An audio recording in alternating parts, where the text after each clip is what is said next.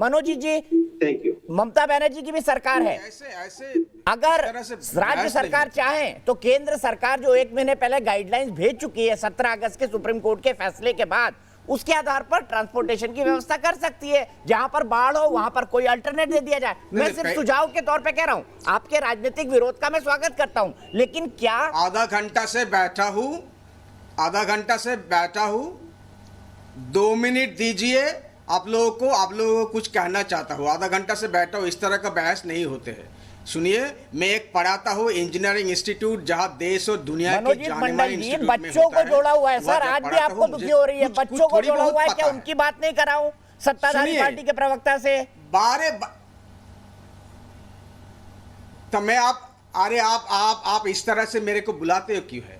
आधा घंटा से बैठा हूं, एक सेंटेंस कहा, आपने आ गया बीच में। सर आप तो शुरुआती कंप्लेन से करते हैं ना, प्रॉब्लम ये है शुरुआती आप लोग कंप्लेन से करते हैं। अगर आपके गेस्ट को नहीं, क्यों नहीं करेंगे?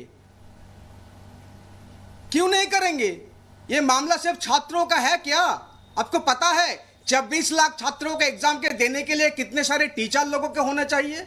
12 एक रूम में 12 छात्र अगर बैठेंगे, कम से कम 6 लाख टीचर लोगों की जरूरत होंगे। और आपको यह पता है कि स्टूडेंट लोगों का इन्फेक्शन रेट कम है, टीचर लोगों का उम्र तो 20 में नहीं होते हैं ना, 40, 45, 50, 55, 60 तक होते हैं, जो सबसे वाल्नरेबल ग्रुप में पड़ता है। उन 6 लाख के साथ 12 लाख आप लोगों को लोग चाहिए नॉन टीचिंग स्टाफ, जिनको असिस्ट करना पड़ेगा। सिर्फ आप बात करते हो छात्रों की बात जरूर है, उसके साथ जो वनरेबल कैटेगरी में है, जबकि हम लोग हैं, हम एग्जाम लेते हैं हमारे यूनिवर्सिटी में, नीट जेईई का एग्जाम लेते हैं, हमको पता है कैसे सोशल डिस्टेंसिंग मेंटेन करते हैं, कितना सारे लोग लगते हैं, कितना सारा इंतजाम करना पड़ता है। सिर्फ छात्रों के बारे में बोलते हैं।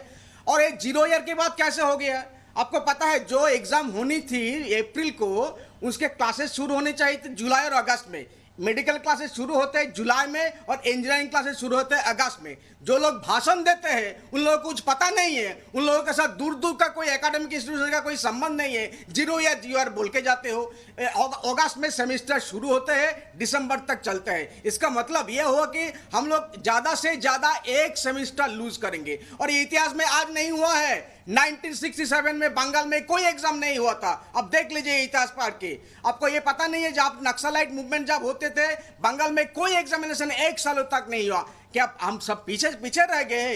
अभी ये पैंडेमिक के बारे सब छात्रों का नहीं है। एक टीचिंग नॉन टीचिंग स्टाफ कम से कम 10 से 12 लाख टीचर और नॉन टीचर को लगेगी, जो लोग वनरेबल कैटेगरी में है। अब जब बहस हो रहे हैं, सब छात्रों की बात हो रही हो, ठीक है, लेकिन इसके साथ हम लोगों का लाइफ भी जुड़े हैं, हम लोगों का जिंदगी भी जुड़े हैं। लेकिन क्यों प्रेशराइज किया जा रहा है? सब बोल दे रहे कि प्राइवेट इंस्टीट्यूशन। अरे प्राइवेट इंस्टीट्यूशन और गवर्नमेंट इंस्टीट्यूशन का कोई कंपटीशन होता है क्या? मुझे थोड़ी पता है। और गवर्नमेंट इंस्टीट्यूशन प्राइवेट कोई कंपटीशन नहीं है। अरे उन लोगों का कंपल्सन होते हैं, क्योंकि उन लोग अगर फीस नहीं भरते हैं तो उन लोग सैलरी नहीं दे सकते हैं। और हम लोगों का पास कोई कंपल्सन नहीं होते, फिर भी हम जाते हैं यूनिवर्सिटी में।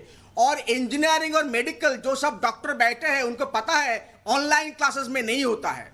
ये कोई फिलोसॉफी और लिटरेचर शेक्सपियर का क्लास नहीं है, सोक्रेटिस का क्लास नहीं है कि हम ऑनलाइन में पढ़ा सकते हैं। ठीक है मनोज मंडल जी, आपने अपनी बात पूरी कर ली होंगे, लेकिन इसके साथ तो हम जान रहेंगे। सिर्फ हम लोगों का नहीं है, टीचर और नॉन टीचिंग स्टाफ के बारे में भी सोचिए। लाखों 6 से 7 लाख लोगों को लगेंगे। ठीक है, अब आप रिपीट कर रहे हैं, आपने अपनी बात कर